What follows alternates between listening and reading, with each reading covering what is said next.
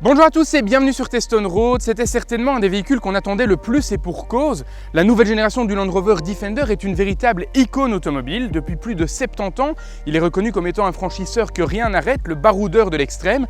Mais est-ce que cette nouvelle génération est à la hauteur de l'ancienne? On vous emmène avec nous pour tenter de le découvrir, mais avant ça, n'oubliez pas de vous abonner à la chaîne pour rester au courant de nos prochains essais.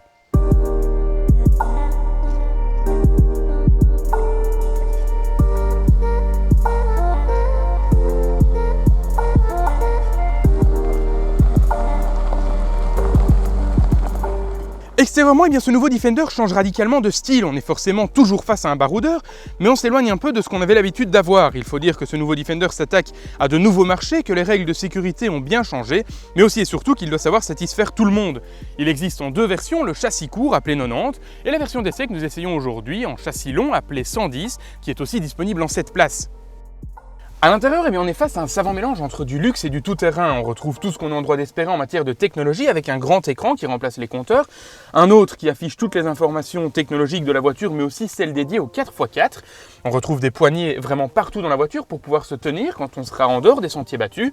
On a plein de rangements également, plein d'aspects pratiques qui font de ce Defender une voiture facile à vivre. Le petit détail sympa, c'est cet accoudoir qui est réfrigéré et qui permettra de refroidir ce qu'on va mettre à l'intérieur. À part ça, on est très bien installé dans des sièges qui offrent un bon maintien. Il est vraiment très confortable ce Defender. À l'arrière de la voiture, c'est assez rare que pour être souligné, on retrouve 3 véritables places qui permettront à 3 adultes d'être confortablement installés. On a énormément de place à la tête et aux jambes, une impression d'espace qui est encore renforcée par le grand toit ouvrant, ainsi que les petites vitres sur l'arrière de la voiture. On est vraiment bien installé, on retrouve plus de connectivité que ce qu'il n'en faut, avec pas moins de 4 ports USB et 2 allumes-cigares rien que pour la partie arrière. On trouve également des poignées qui seront bien pratiques en cas d'utilisation en tout terrain pour pouvoir se tenir dans les bosses.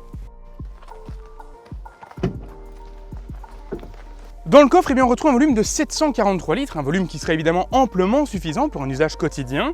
On a un seuil de chargement qui est assez haut, mais qu'on pourra facilement abaisser en appuyant sur les boutons qui sont situés dans le coffre juste ici et qui permettront d'abaisser ou de lever l'arrière de la voiture pour avoir plus facile pour charger des grands objets ou des objets lourds. Au niveau du franchissement, ce n'est pas compliqué, on a tout simplement ce qui se fait de mieux sur le marché. Il bat véritablement toute la concurrence, on a donc ce qui se fait de mieux. Angle d'attaque et de fuite exceptionnel, on peut aller jusqu'à 90 cm d'eau. On a le nouveau Terrain Response qui contrôle automatiquement tous les paramètres de la voiture en fonction du terrain sur lequel on évolue. C'est vraiment très bien fait, on a toutes les aides à la conduite, les aides à la montée, à la descente. On a vraiment toute une kyrielle d'aides à la conduite qui le rendent facile à conduire, surtout en off-road.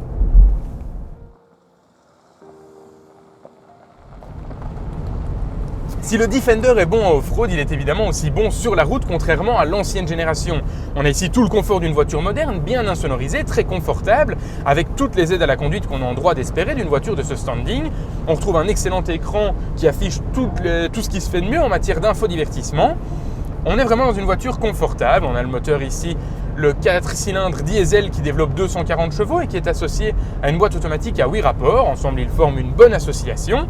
Une association qui permet sans problème de déplacer les plus de 2,2 tonnes de ce mastodonte. Niveau tarif, ce Defender 110 débute à partir de 56 800 € contre 78 470 € pour notre modèle d'essai.